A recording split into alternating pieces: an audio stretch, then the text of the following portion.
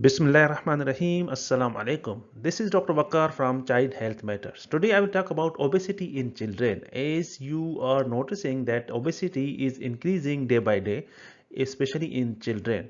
There are multiple factors of obesity in children, but there are common factors which we all are aware that these factors are, like for example, sedentary lifestyle. If children are more screen time, games on the screen, the television.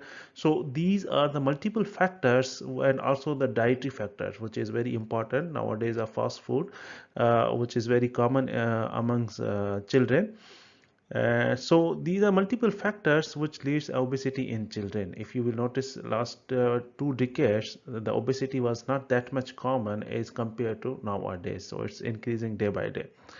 So let's talk about the obesity and how we observe, how we can recognize that this child is obese and this child is not obese. There are growth charts, but in nowadays they use BMI centile chart to indicator of obesity in children. So in BMI centile chart, if you will see that before we used to have the BMI, only BMI, but nowadays it's a BMI centile chart.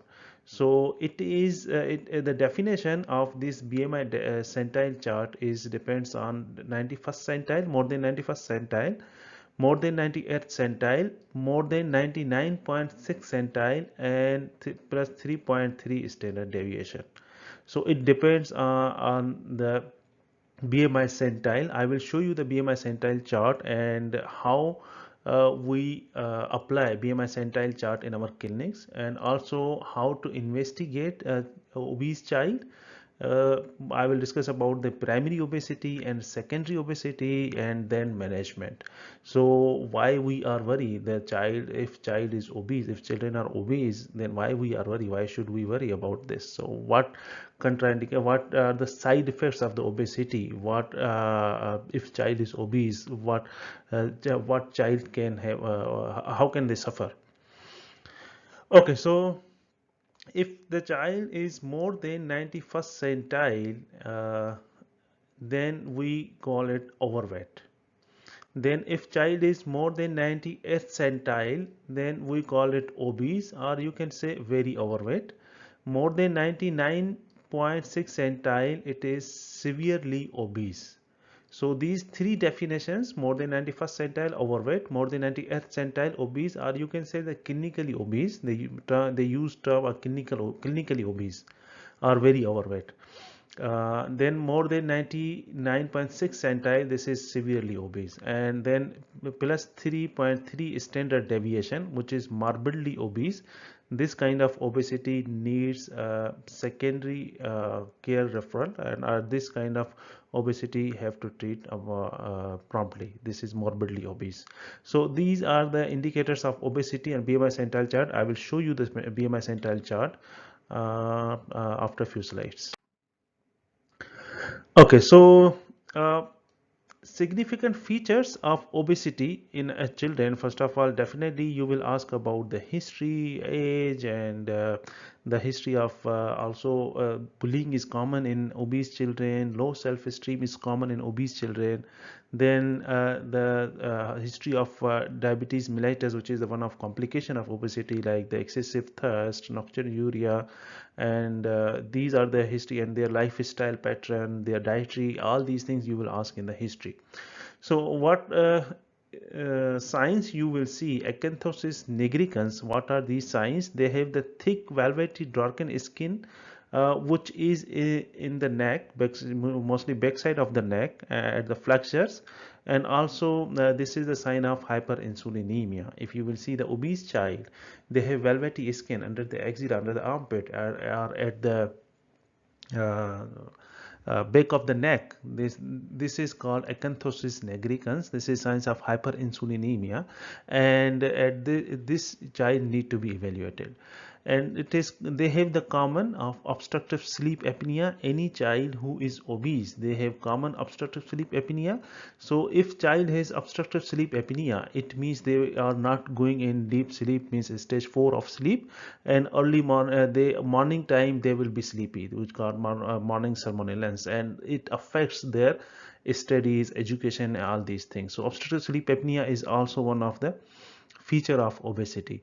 Signs of steroid toxicity. So these are, for example, they have the purple striae, they might have the hypertension, they might have the problem in their growth. So these are the signs of steroids, could be signs of steroid toxicity in a obese child. And they might have early onset vision, hearing problems, and they might have the learning difficulties. They might have the if it is a secondary obesity, hypogonadism, polydactyly, or suggestive of genetic syndrome.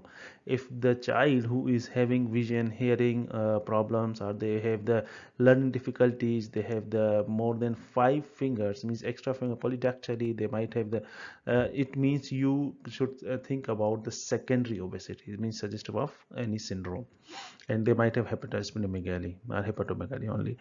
If it is female, if female and obese, then you should think about polycystic ovary syndrome. In those, they have the disordered periods, menstruation cycle is would be disordered, and they have the excessive hairs like hirsutism. So you should think about polycystic ovary syndrome. These all things you should ask in the history, and you should have to notice in the in a obese child whoever presented to you, and you think that this child is obese, and you should have to monitor on the BMI centile chart. Then you should go for this.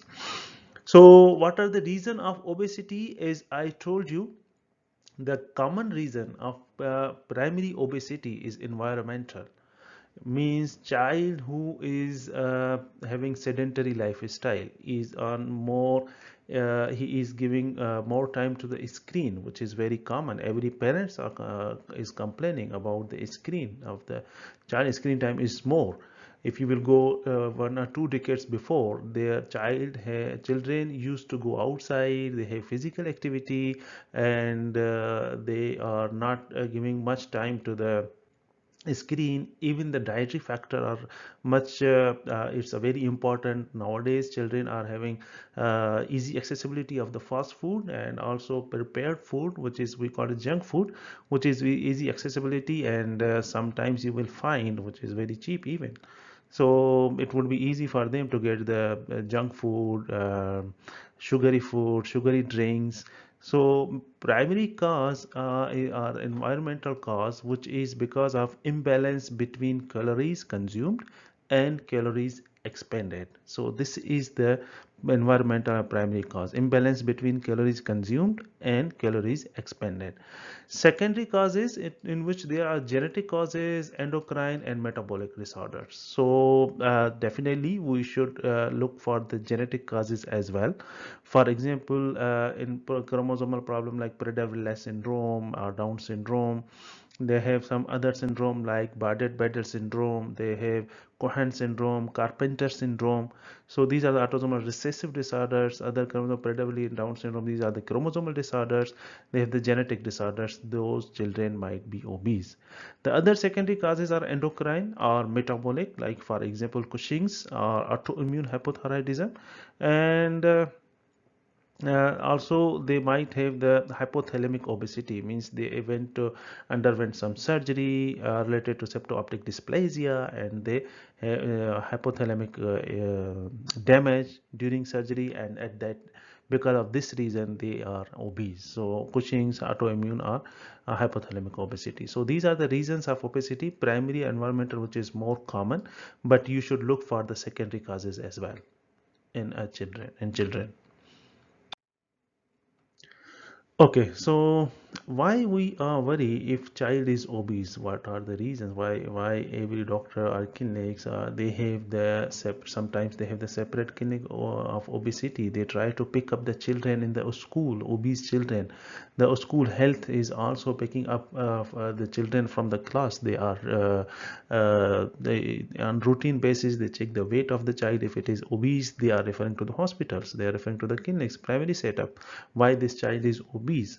So So why should we worry? So those children are more prone to develop, obese children are more prone to develop type 2 diabetes, depression, which is very important, because if a child is depressed, they have this low self-esteem, they have the disordered body image, it can affect their education, it can affect their friend life, friendship life, it can affect their psychological problems, that can create psychological problem in the children who are obese. Obstructive sleep apnea, as I told you, this is one of the also complication. And hypertension, obesity leads to hypertension. Dyslipidemia, they have the impaired lipid profile. And microalbuminuria, they might have also microalbuminuria, it means it can affect the kidneys as well.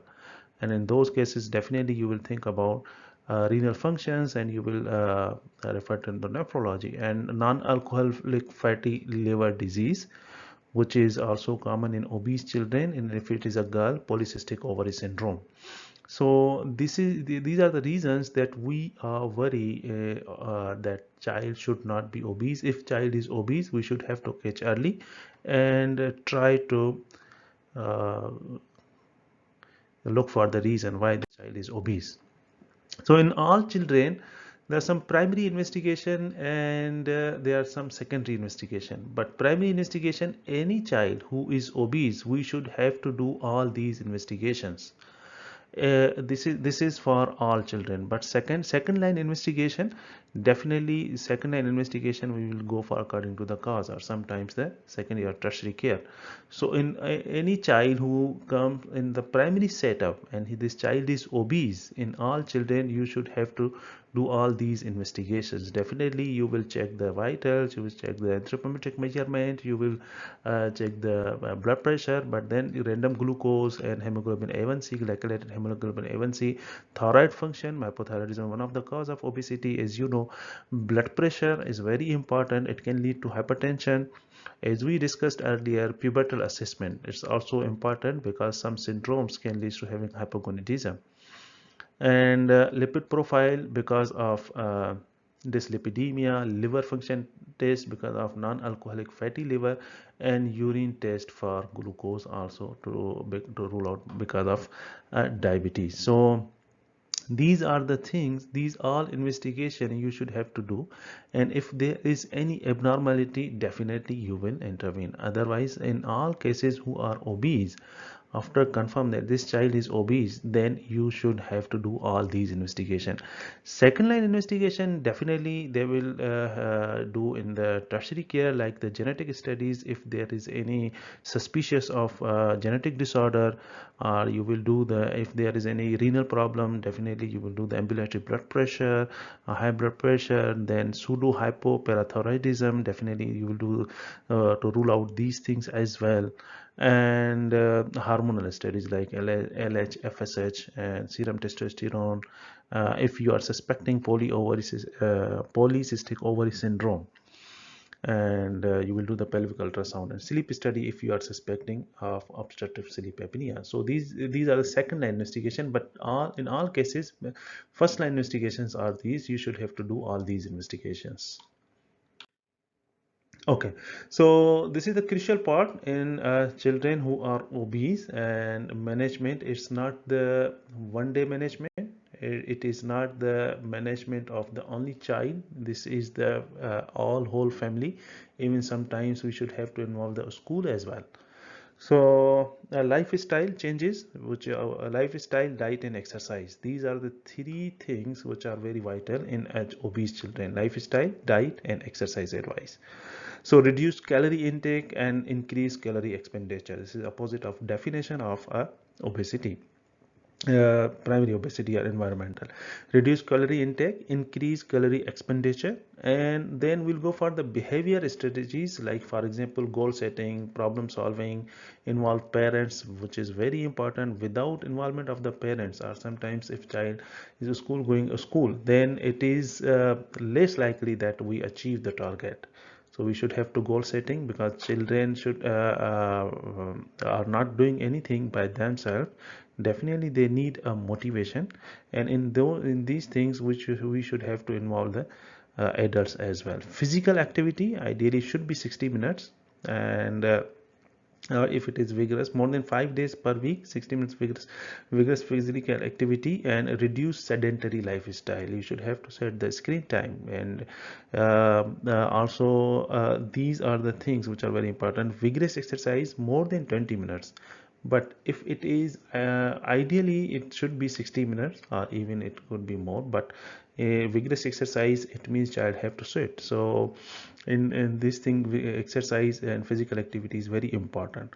And diet is we all know, it's an individual approach and reducing calorie approach in reducing calorie intake, and avoid nutritionally unbalanced diet. For example, this sugary drinks, chocolates, junk food, as we all know, they are unbalanced diet, and it is nutritionally unbalanced. We don't know about the calories. In these these dietary advice is very important.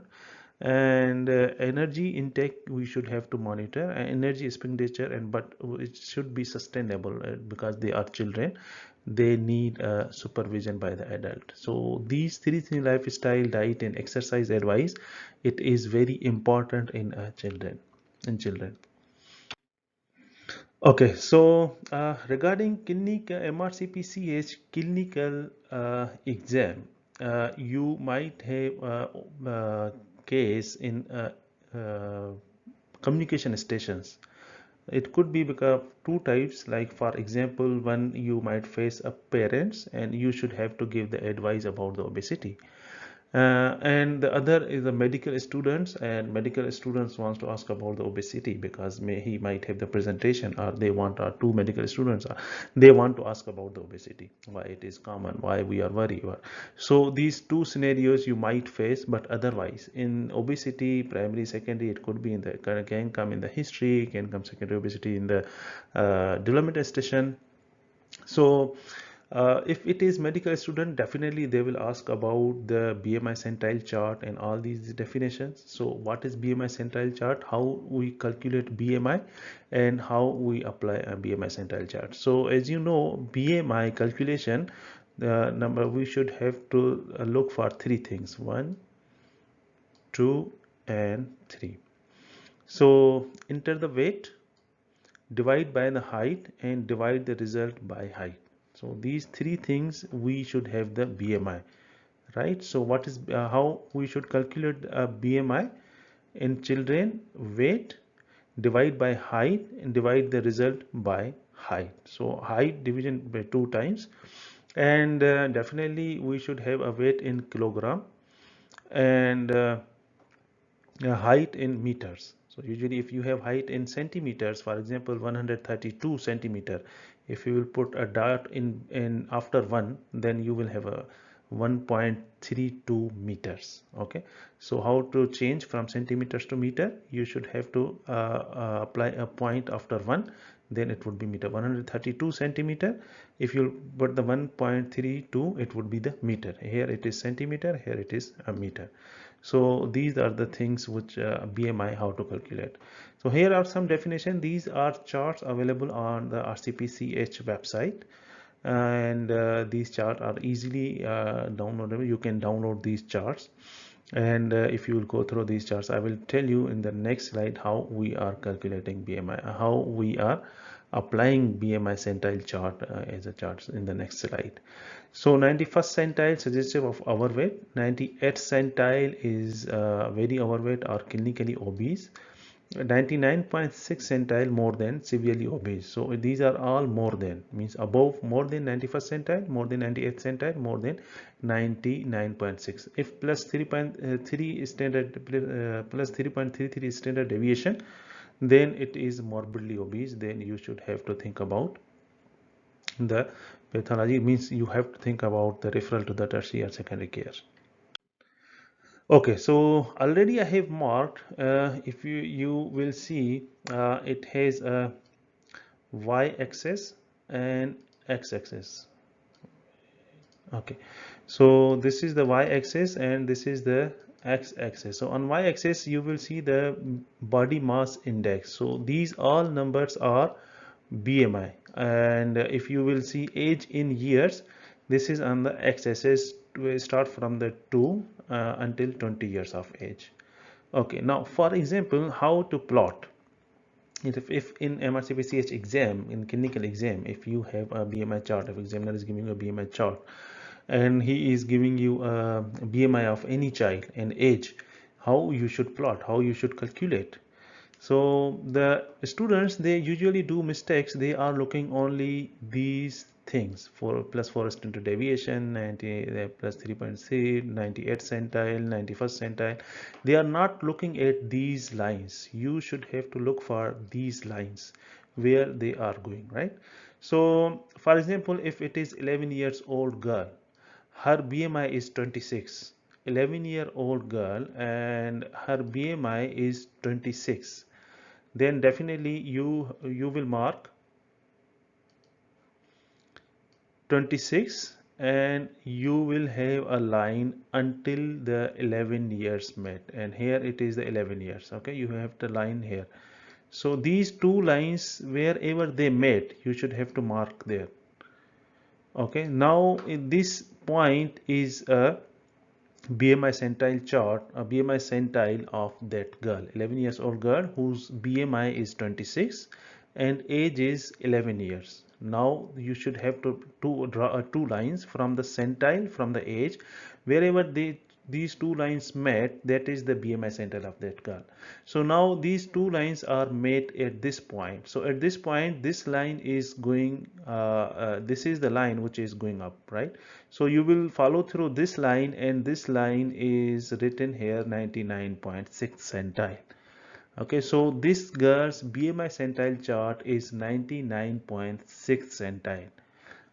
So you have the BMI centile chart. You will draw a line from the 26, draw a line, and then 11 years age, you will draw a line from 11 years. Wherever there's two lines are made, at that point you will mark, and after that you will see, you will follow these lines. These are the lines, and this is the 91st centile, this is the 75th centile, this is the 98th centile.